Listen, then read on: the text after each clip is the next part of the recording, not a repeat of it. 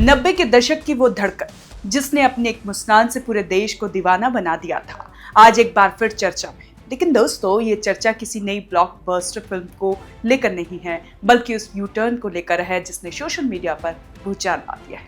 हम बात कर रहे हैं ममता कुलकर्णी, वही ममता कुलकर्णी जिन्होंने कुछ समय पहले दुनिया को ये कहकर चौंका दिया था कि उन्होंने मोहमाया त्याग दिया है, भगवा चोला ओढ़ लिया है और वो अकेले भक्ति मार्ग पर चलेंगे। महाकुंभ 2025 में उन्हें किन्नर अखाड़े की महामंडलेश्वर तक बनाने की खबरें आई। हालांकि विरोध के बाद उन्हें पद छोड़ना पड़ा, लेकिन तब लगा था कि ममता अब सच में साध्वी बन चुकी है। पर क्या ये सब वाकई में बैराग था या सिर्फ एक और नया किरदार?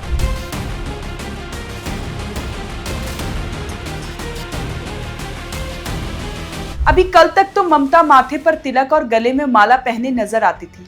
अचानक उनका एक वीडियो सामने आता है जो इंटरनेट का तापमान बढ़ा देता है।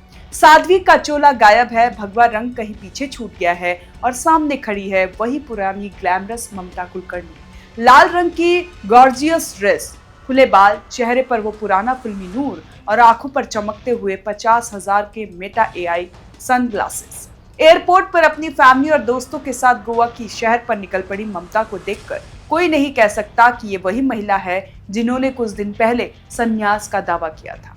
जनता ये सब देखकर दंग भी है और गुस्से में भी है। सोशल मीडिया पर लोग सवाल पूछ रहे हैं कि क्या धर्म और संन्यास अब पब्लिसिटी पाने का नया तरीका बन गया है।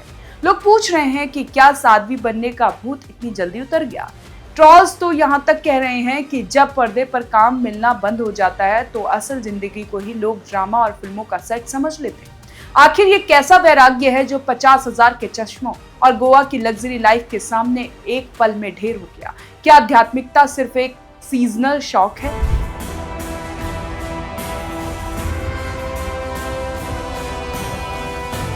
हैरानी की बात तो यह है कि लगभग 25 साल बाद ममता ने छोटे पर्दे पर वापसी भी कर ली है।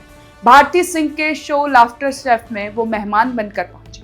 वहां वो साड़ी में शालीन तो दिखी, लेकिन उनके डांस और अंदाज ने साफ कर दिया कि उनके अंदर की वो ग्लैमर गर्ल कभी मरी नहीं है।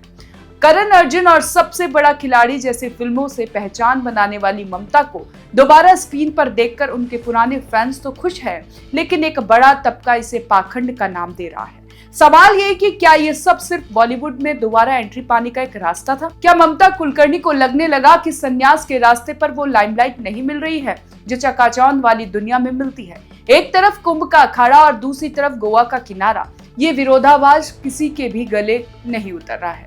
ममता की ये घर वापसी या ग्लैमर वापसी उन लोगों के मुंह पर तमाचा है जो धर्म और आस्था को बहुत गंभीरता से लेते हैं। आखिर आप एक ही समय में साध्वी और ग्लैमरस डीवा कैसे हो सकती हैं? क्या संन्यास का मतलब सिर्फ कपड़े बदलना रह गया है?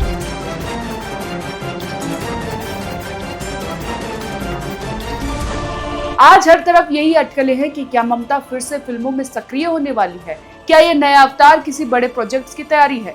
पर बड़ा सवाल ममता के करियर का नहीं, बल्कि उनकी साख का है। एक कलाकार जब अपनी निजी जीवन को इतना बड़ा तमाशा बना देता है तो जनता का भरोसा उठने लगता है। ममता का ये गिरगिट की तरह रंग बदलना उनकी हताशा को दिखाता है या उनकी आजादी को, ये तो वो खुद ही जाने। लेकिन एक बात साफ है, ममता कुलकर्णी को सुर्खियों में रहना बखूबी आता है, चाहे वो भगवे के जरिए हो या रेड ड्रेस और महंगे चश्मे के जरिए। ये जो ड्रामा आज हम देख रहे हैं, ये सिर्फ ममता कुलकर्णी की कहानी नहीं है, बल्कि उस बदलती मानसिकता की मिसाल है जहां धर्म को एक कंफर्ट जोन की तरह इस्तेमाल किया जाता है। जब तक मन लग रहा है तब तक साध्वी, और जब तक गोवा की लहरों ने पुकारा तो संन्यास को अलमारी में बंद कर दिया। फैंस कंफ्यूज्ड हैं कि वो किसे प्यार दे, उस साध्वी को जो शांति की बात करती थी या उस एक्ट्रेस को जो फिर से अपनी खोई हुई चमक तलाश रही है।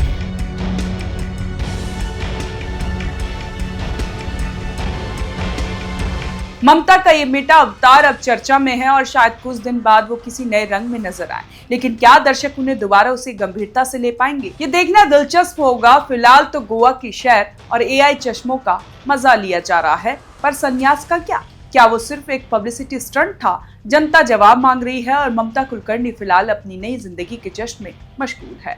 क्या आप ममता कुलकर्णी के इस नए और ग्लैमरस रूप को देखकर उनके बॉलीवुड कमबैक का समर्थन करेंगे, या आपको भी लगता है कि संन्यास का नाम लेकर इस तरह का यू टर्न लेना गलत है? अपनी राय हमें जरूर बताएं और देखते रहें ONG न्यूज़।